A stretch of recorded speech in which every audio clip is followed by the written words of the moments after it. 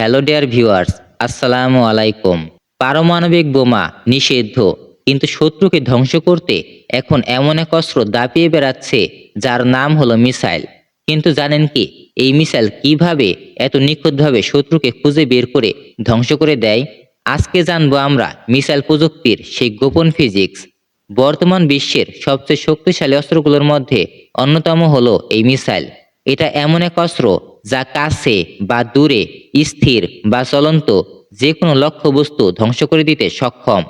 পারমাণবিক বোমা ব্যবহার নিষিদ্ধ হওয়ায় মিসাইল আজকের যুগের আধুনিক যুদ্ধের প্রধান হাতিয়ার হয়ে উঠেছে।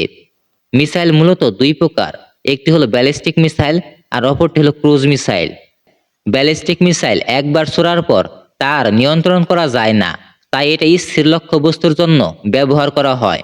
আর ক্রুজ মিসাইল এটি লঞ্চ করার পরও নিয়ন্ত্রণ করা যায়, শত্রুকে লক্ষ্য করে তার পেছনে ধাওয়া করতে পারে, একেবারে নিশানায় আঘাত আনতেও পারে। আজকের ভিডিওতে আমরা জানব ক্রুজ মিসাইলের ভেতরের বিজ্ঞান ও ফিজিক্স। প্রথমে আসা যাক এর গঠন প্রক্রিয়ায়। মিসাইলের বডি থাকে স্টিল ক্যাসিংয়ে মোড়ানো, সামনের অংশ একেবারে সুচালো যাতে বায়ুর বাধা পেরিয়ে সহজে সামনের দিকে এগোতে পারে। পেছনের দিকে থাকে ইলেকট্রনিক পাখা যা মিসাইলকে ডানে, বামে, উপরে বা নিচে চালাতে সাহায্য করে। আর সবশেষে থাকে নজেল, যেখানে তৈরি হয় বিশাল গতি। মিসাইল সাধারণত তিন ভাগে বিভক্ত। সামনের অংশে থাকে শিকার যা লক্ষ্য শনাক্ত করে, মাঝখানে থাকে ওয়ারহেড বা বিস্ফোরক, আর পেছনে থাকে জ্বালানি বা ইগনিশন সিস্টেম। শিকারের সঙ্গে যুক্ত থাকে thermal camera, infrared sensor, navigation system, যার মাধ্যমে এটি শত্রুকে লক করে। আবার এই তথ্য যায় কন্ট্রোল সিস্টেমে, যেখান থেকে মিসাইলের গতি ও পথ নির্ধারণ করা হয়। এভাবে একটি ক্রুজ মিসাইল ভয়ঙ্কর গতিতে শত্রুর পেছনে ছুটে যায় এবং শেষ পর্যন্ত নিশানায় আঘাত আনে। একটি ছোট্ট মিসাইল, কিন্তু এর ভিতরে লুকিয়ে আছে এমন এক শক্তি যা মুহূর্তে শহর গুড়িয়ে দিতে সক্ষম। তাহলে প্রশ্ন হলো, এর ভেতরে আসলে থাকেটা কি? কেমন সেই বিস্ফোরক, আর কিভাবে তৈরি হয় সেই ধ্বংসাত্মক আগুন? চলুন এই বিষয়ে আরো কিছু খুঁটিনাটি জেনে নেই। মিসাইলের ভেতরে ব্যবহৃত বিস্ফোরক পদার্থগুলো অনেক বেশি শক্তিশালী এবং বিধ্বংসী। সবচেয়ে সাধারণভাবে ব্যবহৃত হয় টিএনটি, আরডিএক্স এবং অ্যাজাইডোজাইট। কখনো কখনো সামান্য ইউরেনিয়ামও এতে যোগ করা হয়, যেন ধ্বংসের মাত্রা আরো বহুগুণে বেড়ে যায়। আর মিসাইল চালাতে লাগে প্রচুর পরিমাণে জ্বালানি। দুই ধরনের জ্বালানি এতে ব্যবহার করা হয়, একটি হলো সলিড আর অপরটি হলো লিকুইড। বেশিরভাগ আধুনিক মিসাইলেই কঠিন জ্বালানি ব্যবহৃত হয়। ধাতব অ্যালুমিনিয়াম এক্ষেত্রে বড় ভূমিকা পালন করে এবং শক্তিশালী অক্সিডাইজার হিসেবে ব্যবহার করা হয়। অ্যালুমিনিয়াম পারক্লোরেট যা জ্বালানিকে দ্রুত জ্বালাতে সাহায্য করে। এই জ্বালানি আর অক্সিডাইজার থাকে একটি শক্তিশালী ধাতব আবরণে, একসাথে মিলে প্যাক করা হয় পপুল্যান্ট হিসেবে। এরপর আসে ইলেকট্রিক্যাল ইগনিশন। এই অংশটা প্রজ্বলিত হলে পপুল্যান্টে তীব্র দহন শুরু হয়। এর ফলে তৈরি হয় হাই টেম্পারেচার গ্যাস, যা পেছনে নজল দিয়ে বেরিয়ে মিসাইলকে প্রচণ্ড গতিতে সামনের দিকে ঠেলে দেয়।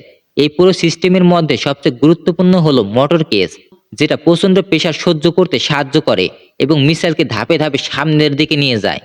শুধু এক চুল ভুল হলেই নিশানায় হাতছাড়া, বাট একবার টার্গেট লক হলে পালানোর পথ নেই। কিন্তু কিভাবে মিসাইল এত নিখুঁতভাবে দ্রুত শত্রুকে টার্গেট করে ধাওয়া করে, রহস্যটা জানলে চমকে উঠবেন। মিসাইলের পেছনে নজেল দিয়ে যখন গরম গ্যাস বের হয়, তখনই শুরু হয় এর প্রপেল্যান্ট সিস্টেম। এটা ঠিক নিউটনের তৃতীয় সূত্র অনুযায়ী কাজ করে। প্রতিক্রিয়ার বিপরীত প্রতিক্রিয়া আছে। গ্যাস পেছনে বের হলে মিসাইল সামনের দিকে দৌড়ায়। এই গতি এত দ্রুত হয় যে অনেক মিসাইল শব্দের গতির চেয়েও 2 থেকে 3 গুণ বেশি গতিতে ছুটে চলে। আর কিছু মিসাইল তো শব্দের চেয়েও 6 গুণ বেশি পর্যন্ত দ্রুত ছুটে চলে। কিন্তু কিভাবে মিসাইল টার্গেট খুঁজে বের করে? মিসাইল লঞ্চ হয় যে কোনো জায়গা থেকেই, আন্ডারগ্রাউন্ড বেস, ফাইটার জেট বা গাড়ির ভেতর থেকেও। কিন্তু প্রতিটি লঞ্চের সাথে থাকে একটি বেজ স্টেশন এবং রাডার। এই রাডার চারদিকে অদৃশ্য রেডিও ওয়েভ ছড়ায়, যার মাধ্যমে শত্রু কিছু রেঞ্জের মধ্যে এলেই সঙ্গে সঙ্গে তা শনাক্ত করে। অনেক সময় আরো দূরের লক্ষ্যবস্তু শনাক্ত করতেও স্যাটেলাইট প্রযুক্তি ব্যবহৃত হয়। রাডার যেই মুহূর্তে টার্গেট শনাক্ত করে, সেই তথ্য আবার পাঠিয়ে দেয় মিসাইলের ভেতরে শিকারে। এই শিকার বা টার্গেট সন্ধানকারী তখনই সেই লক্ষ্যবস্তুকে লক করে এবং মিসাইল প্রচণ্ড গতিতে শত্রুর পেছনে ধাওয়া করে। মাটির নিচে লঞ্চার থেকে যখন বায়ুর প্রচণ্ড চাপ মিসাইলকে আকাশের দিকে ঠেলে দেয়, তখনই শুরু হয় এর আসল অভিযান। সঙ্গে সঙ্গে ইলেকট্রিক্যাল ইগনিশন চালু হয় আর মিসাইল গন্তব্যের দিকে ছুটে চলে। কিন্তু মিসাইল কিভাবে জানে যে কখন ডানে যাবে, কখন বামে, কিভাবে বা উঁচুতে উঠবে আর কিভাবে বা নিচে নামবে? এই রহস্যটার কেন্দ্রে আছে শিকার, একটা ছোট্ট রাডার, যেটা নিয়মিত রেডিও ওয়েভ ছুড়ে দেয় চারদিকে। এই তরঙ্গ শত্রুর গায়ে লাগলে প্রতিফলিত হয়ে আবার ফিরে আসে রাডারে। রাডারটি এমনভাবে ডিজাইন করা যাতে প্রতিফলিত তরঙ্গ কোন কোণ থেকে ফিরছে তা খুব সহজে নির্ণয় করা যায়। এই সব তথ্য আবার পাঠানো হয় মাইক্রোকন্ট্রোলারে, একটা ক্ষুদ্র কিন্তু বুদ্ধিমান কম্পিউটারে, যেটা নির্ণয় করে টার্গেট কত দূরে, কোন দিকে আর কোন পথটি সবচেয়ে সহজ। মাইক্রোকন্ট্রোলার এরপর সেই অনুযায়ী কাজ করে, মিসাইলকে ছোট্ট ছোট্ট পাখনাগুলোকে নিয়ন্ত্রণ করে। ফলে মিসাইল আকাশে ডানে বামে উপরে নিচে ঘুরতে পারে খুব সহজে এবং নির্ভুলভাবে। কিন্তু এত নিখুঁতভাবে কিভাবে ঘুরে? এর জন্য মিসাইলে ব্যবহৃত হয় high accuracy inertial navigation system, যার মাধ্যমে নির্দিষ্ট অ্যাঙ্গেলে কতটা ঘুরছে বা কোন দিকে যাচ্ছে সবকিছু জানা যায়। শত্রু যখন একদম কাছে মাত্র 10 থেকে 15 মিটার দূরে থাকে, তখনই মিসাইল নিজেই বিস্ফোরিত হয় এবং নিশানা সম্পূর্ণ ধ্বংস করে দেয়। তাই এক একটা গাইডেড মিসাইল প্রায় 90% সফলতা নিয়ে শত্রুকে টার্গেট করে ধ্বংস করে দিতে সক্ষম।